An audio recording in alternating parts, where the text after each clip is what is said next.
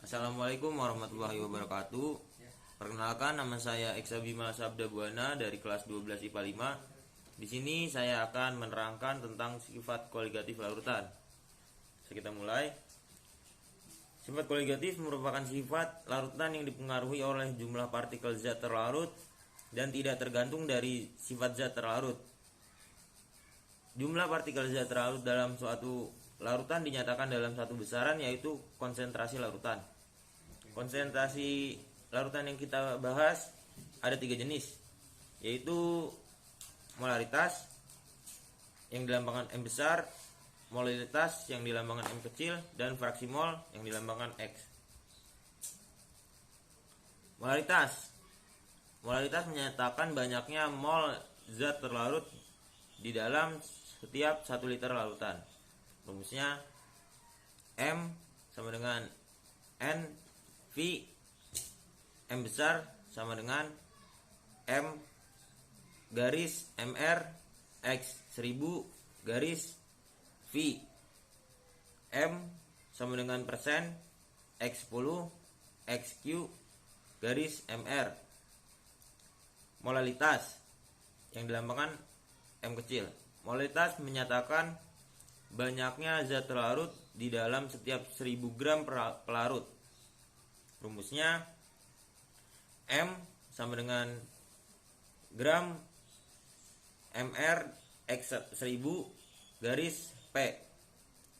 M besar sama dengan persen MR X 1000 garis 1000%. Fraksi mol menyatakan perbandingan banyaknya mol dari zat tersebut terhadap jumlah mol seluruh komponen dalam larutan.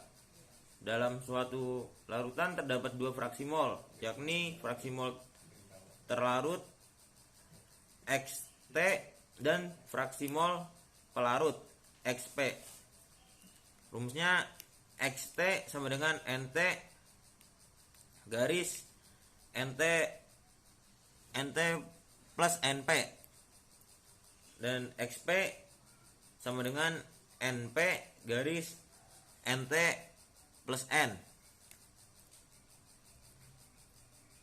Sifat koligatif larutan pada sistem pelarut murni, titik didih, titik beku, tekanan uap, dan tekanan osmotik hanya akan dipengaruhi oleh molekul pelarut itu sendiri. Namun di dalam sistem larutan yang terdiri dari pelarut dan terlarut, keberadaan zat terlarut dalam suatu pelarut akan menyebabkan suatu perubahan tertentu pada keempat sifat pelarut tersebut. Zat terlarut volatif mengakibatkan tekanan uap jenuh larutan lebih besar dari uap jenuh pelarut. Sedangkan zat terlarut non volatil cenderung menurunkan tekanan uap jenuh larutan.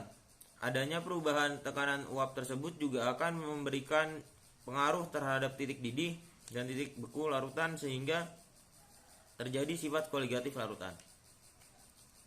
Berdasarkan analisis tersebut, sifat koligatif larutan terdiri atas 4, meliputi penurunan tekanan uap atau delta P, kenaikan titik didih, delta TB, penurunan titik beku, delta TF, tekanan osmotik atau P. Penurunan tekanan uap. Penguapan adalah peristiwa yang terjadi ketika partikel-partikel zat cair meninggalkan kelompoknya. Makin lemah gaya tarik-menarik antar molekul zat cair, semakin mudah zat cair tersebut menguap. Semakin mudah zat cair menguap, semakin besar pula tekanan uap jenuhnya. Penurunan titik beku. Penurunan titik beku larutan adalah suhu pada saat tekanan uap cair sama dengan tekanan uap padatannya atau titik di mana air mulai membeku. Titik beku normal suatu zat adalah suhu pada zat meleleh atau membeku pada tekanan 1 atm. Tekanan luar tidak terlalu berpengaruh pada titik beku. Pada tekanan 760 mmHg, air membeku pada suhu 0 Celcius. Kenaikan titik didih. ketika air murni dipanaskan pada tekanan 1 atm, maka air akan mendidih pada suhu 100 derajat Celcius. Jika pada suhu yang sama dilarutkan gula, maka tekanan uap air akan turun. Jika semakin banyak gula yang dilarutkan, maka makin banyak penurunan tekanan uapnya. Hal ini mengakibatkan larutan gula yang belum mendidih pada suhu 100 derajat Celcius. Agar larutan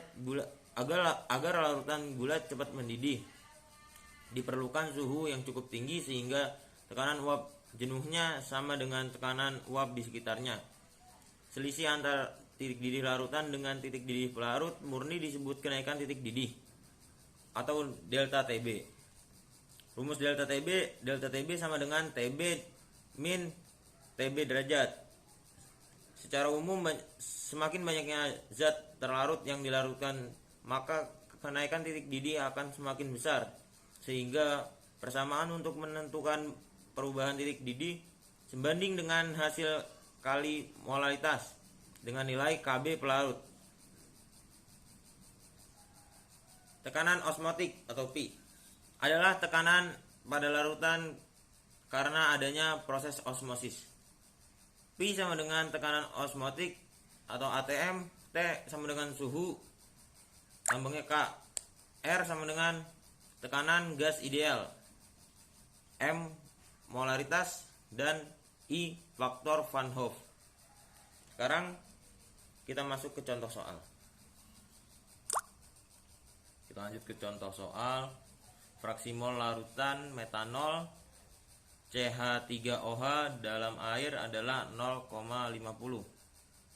Konsentrasi metanol dalam arutan ini dinyatakan dalam persen berat metanol adalah ARC sama dengan 12, O sama dengan 16, H sama dengan 1. Kita jawab, massa sama dengan massa metanol per mr metanol plus mr air dikali 100% sama dengan 32 per 32 plus 18 dikali 100%. Hasilnya 64%. Sekian dari saya, kurang lebihnya mohon maaf. Assalamualaikum warahmatullahi wabarakatuh.